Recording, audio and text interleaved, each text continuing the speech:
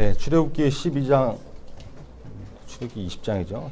출애굽기 20장 12절 말씀 가지고 주일예배를 통해서 눈에 보이는 분과 보이지 않는 분, 눈에 보이는 분과 보이지 않는 분이라는 제목으로 하나님 말씀 증거하겠습니다. 출애굽기 네 번째 시간입니다. 오늘 본문은 10계명 가운데 제 5계명이죠. 여러분 지금까지 들은 10계명 다시 한번 또 생각해 볼까요? 하나도 기억 안 난다는 표정으로 앉아있는 인간들도 있는데 1계명부터 4계명까지 뭐였습니까? 하나님과의 관계에 대한 계명이었죠. 제1계명이 뭐였어요? 너는 나 외에는 다른 신들을 내게 두지 말라. 그죠? 제2계명은 뭐였죠? 너를 위하여 우상을 만들지 말고 그것들에게 절하지 말고 섬기지 말라. 우상 숭배하지 말라는 거였죠. 제3계명은 뭐였습니까? 너는 내 하나님 여호와의 이름을 망령되게 부르지 말라. 함부로 부르지 말아라. 그러니까 뭐 쉬운 말로 오용하지 마라, 남용하지 마라, 악용하지 마라, 맹세도 하지 마라, 뭐 이런 거였죠. 그리고 지난주에 나눈 4계명, 네 번째 계명 뭐였죠? 안식일을 기억하여 거룩하게 지켜라. 여러분 이번 주 설 명절이죠. 이번 주에 지켜야 될 10계명들이 굉장히 많은데 제사상에 절하지 말고, 여러분 우상 숭배하지 않는 거, 제사상에 절하지 말고 좀 지혜롭게 피하시고, 명절이니까 시골에 갈 수 있죠. 송탄에 있으면 우리 교회 나오면 되지만 멀어서 못 나오게 될 상황이 될 수도 있어요. 우리 중고등부 예배 못 나올 수도 있죠. 그러면 어떻게 해야 될까요? 여러분이 있는 곳에서 근처에 가까운 교회에 꼭 찾아가서 예배를 드리시기 바랍니다. 그리고 거기 있는 뭐 주보를 이렇게 챙겨오면 출석으로 인정해 주니까 우리 명절에는 그렇게라도 꼭 주의를 지키는 중고등부 되길 바랍니다. 자, 오늘 본문으로 읽은 말씀은 10계명 중에 제 5계명이죠. 내 부모를 공경하라. 그러면 내 하나님 여호와가 내게 준 땅에서 내 생명이 길리라. 부모님 공경에 대한 말씀입니다.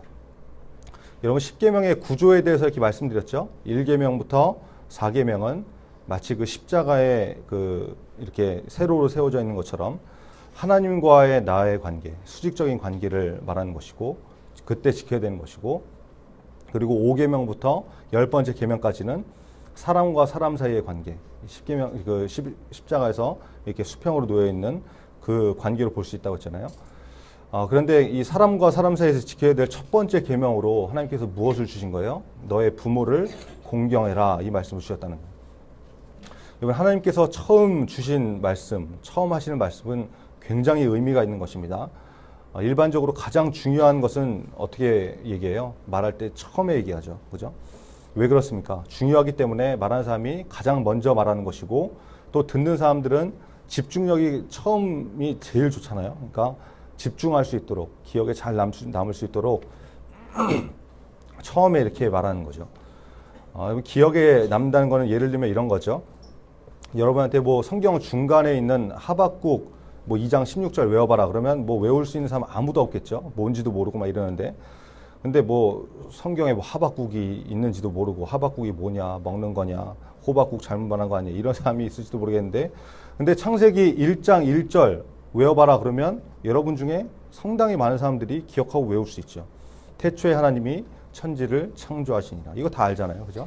짧기도 하기 때문에 기억이 잘 나는 것도 있지만 처음에 나온 말씀이기 때문에 우리가 명확하게 기억할 수 있는 거죠. 여러분 보세요. 창세기 1장 1절의 말씀은 우리 신앙에, 우리 믿음에 있어서 가장 기본이 되는 말씀이죠. 하나님께서 천지 만물을 만드셨다. 모든 것은 하나님께서 창조하신 것이다. 그러므로 나도 하나님께서 창조하신 것이다. 그래서 나의 주인이 하나님이시다. 이 의미인 거잖아요. 이 말씀이 괜히 성경 첫 권, 첫 장, 첫 절에 나오는 것이 아니겠죠. 가장 중요한 말씀이기 때문에, 가장 기본이 되는 말씀이기 때문에 하나님께서 거기에 기록하게 하신 것이죠. 그렇게 따지면 10계명도 마찬가지겠죠. 제1계명이 뭐였어요? 너는 나 외에는 다른 신들을 내게 두지 말라. 처음 계명이니까 우리가 잘 기억할 수 있죠. 그리고 가장 중요하니까 하나님이 강조하신 거예요.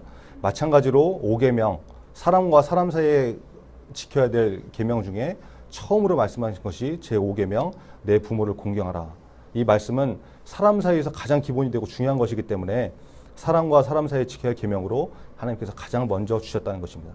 그러면 우리는 어떻게 해야 되겠습니까? 당연히 이 계명을 반드시 지키는 사람이 되어야 되겠죠.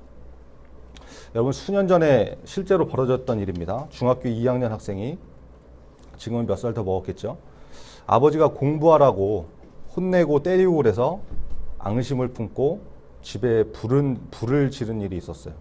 새벽 3시 반쯤에 미리 준비해둔 휘발유를 집안에 뿌리고 불을 질렀다고 그러죠. 집에서 자고 있던 아버지, 어머니, 11살짜리 여동생, 할머니, 이렇게 일가족 4명이 다 목숨을 잃는 아주 어처구니 없는 사고가 벌어졌습니다. 이 학생이 뭐 우울증이나 정신병 같은 그런 문제가 있었던 사람이 아니에요. 그냥 평범한 학생이었거든요. 취재하던 기자가 물었답니다. 왜 그랬냐 물어보니까 이 학생이 이렇게 대답해요. 어제 아버지가 공부하라고 골프채로 찌르고 뺨을 때려서 범행을 결심했다. 이랬다고 그러죠. 여러분, 골프채가 있었다. 이거는 웬만큼 사는 집이라는 거죠. 여러분 집에 골프채 있어요? 파리채는 있겠죠. 근데 골프채는 별로 없잖아요. 집에 뭐 있어봐야 야구방망이나 뭐 이런 거 있겠지만 골프채는 비싸기 때문에 얼마입니까? 전 잘 모르겠는데 관심 없어서. 어쨌든 골프채가 집에 있었다는 것은 어느 정도 먹고 살만한 집이었다는 것이겠죠. 근데 뭐 이 학생이 뭐 집이 찢어지게 가난하고 이래서 집이 뭐 불만이 있고 이래서 벌어진 일이 아니라는 거예요. 그러니까 부모님에 대한 공경이 없기 때문에, 그런 마음이 없었기 때문에 이런 일들이 벌어지는 거죠.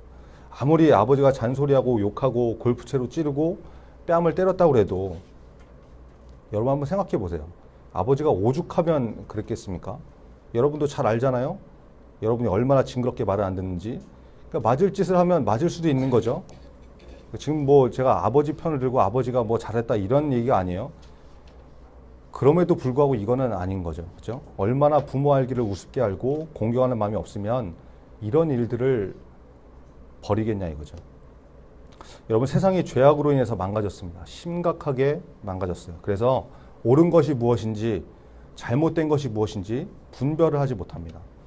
마가복음 13장에 보면 예수님께서 마지막 때에 이제 세상이 끝날 마지막 때가 되면 벌어질 일들을 이렇게 말씀하시면서 이런 말씀하시죠. 마가복음 13장 12절을 쉬운 성경을 보면 형이 동생을 죽게 내주고 죽게 내어준다고, 이렇게 죽는 자리에 내준다는 거죠. 아버지가 자식들을 내어주고 자식들이 부모를 거역하며 일어나며 죽게 할 것이다. 이렇게 말씀하고 계세요. 여러분, 이런 일들이 실제로 요즘 벌어지고 있죠. 마지막 날이 언제 올지 그때와 시는 아무도 모르지만 진짜 얼마 남지 않은 것 같습니다. 예수님의 말씀들이 막 다 이루어지고 있는 거 보면 참 이게 심각하구나라는 것을 알 수 있죠. 이런 악한 시대에 사는 우리에게 오늘 이 말씀을 우리에게 주시는 이유가 분명히 있겠죠. 그죠? 우리들은 하나님의 말씀에 순종하는 인생이 되어서 구별된 삶을 살아야 되기 때문에 하나님께서 오늘 이 말씀을 우리에게 주시는 거예요. 그냥 설교를 듣고 말고의 문제가 아니라 순종하면서 구별된 인생을 살아야 되기 때문에 주시는 거죠. 여러분, 하나님이 우리의 아버지가 되십니다. 그거 믿으시죠? 사도 바울은 고린도전서 8장 6절에 이렇게 고백합니다. 쉬운 성경으로 보니까 이렇게 말해요. 우리에게는 아버지가 되시는 하나님 한 분만 계십니다. 만물이 그분에게서 나왔고 우리는 그분을 위해 살고 있습니다. 또 주 예수 그리스도도 한 분만 계십니다. 만물이 그분 때문에 창조되었고 우리도 그분 때문에 살고 있습니다.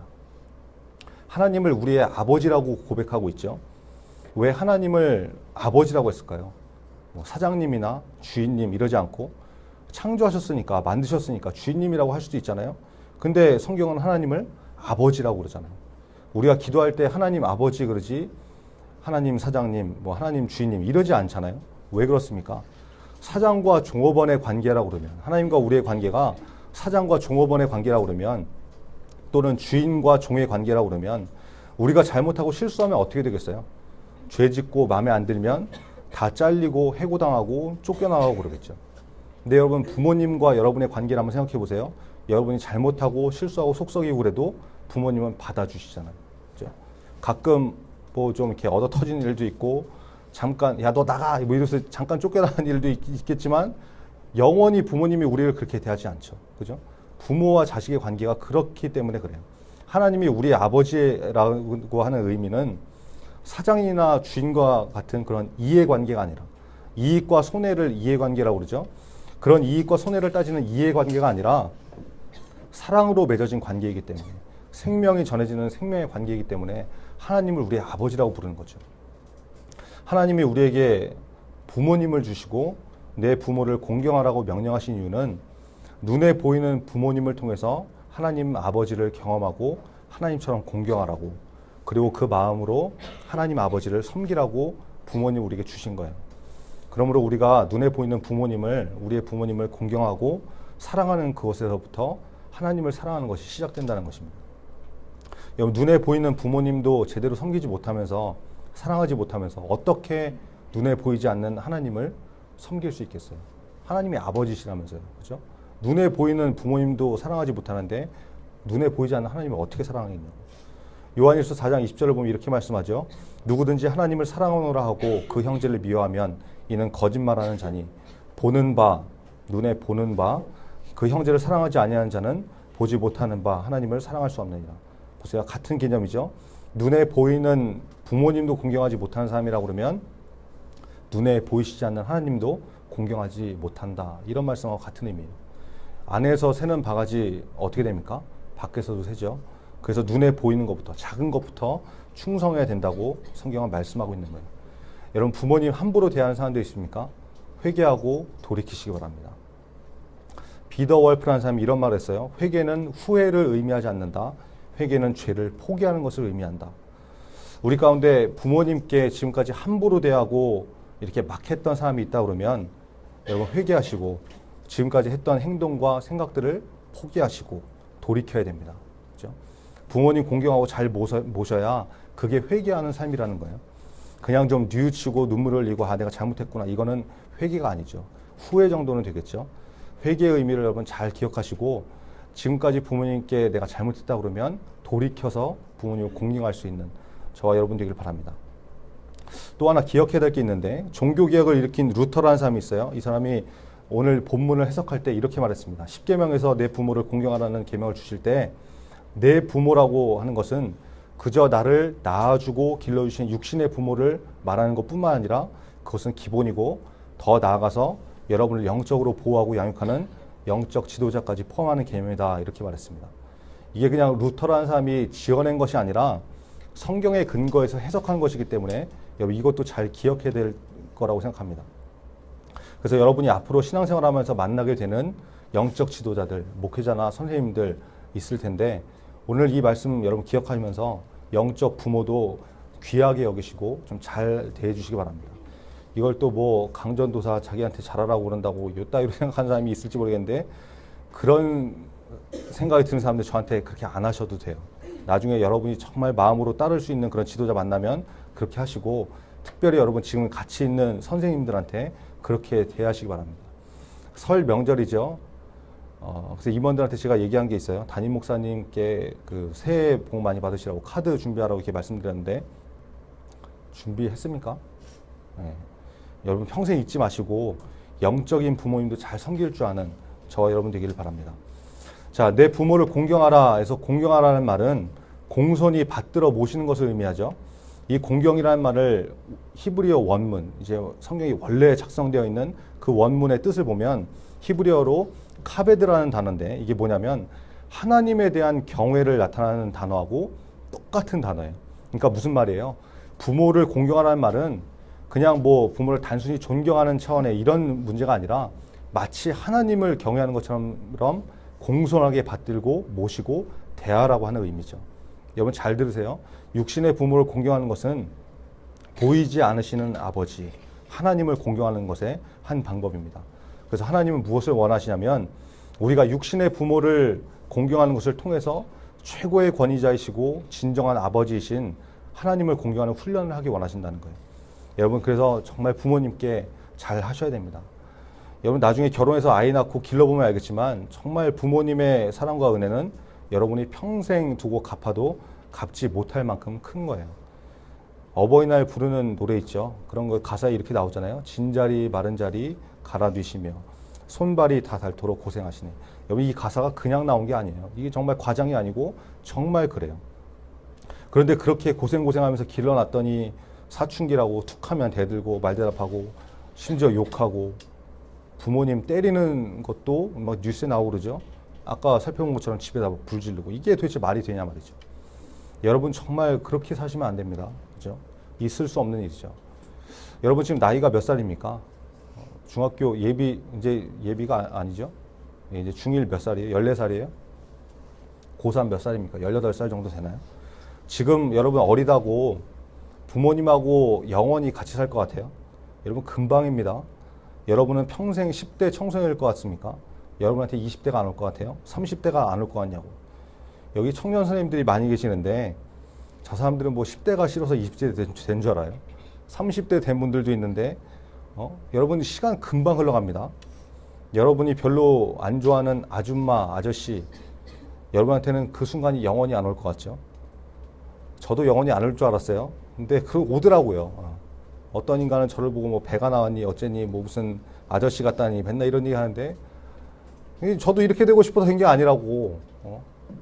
이래 여러분 눈 깜짝할 새에 이런 시간이 와요. 금방 옵니다. 속히 와요. 여러분이 부모님을 떠나게 될 날도 금방 오죠. 여러분 대학교만 한번 들어가 보세요. 박희찬 지금 여러분 어제 그 박희찬이 썼던 편지 봤죠? 대학교 1학년이나 마찬가지인데 얘는 지금 사관학교 들어가서 집에도 못 오잖아요. 그죠?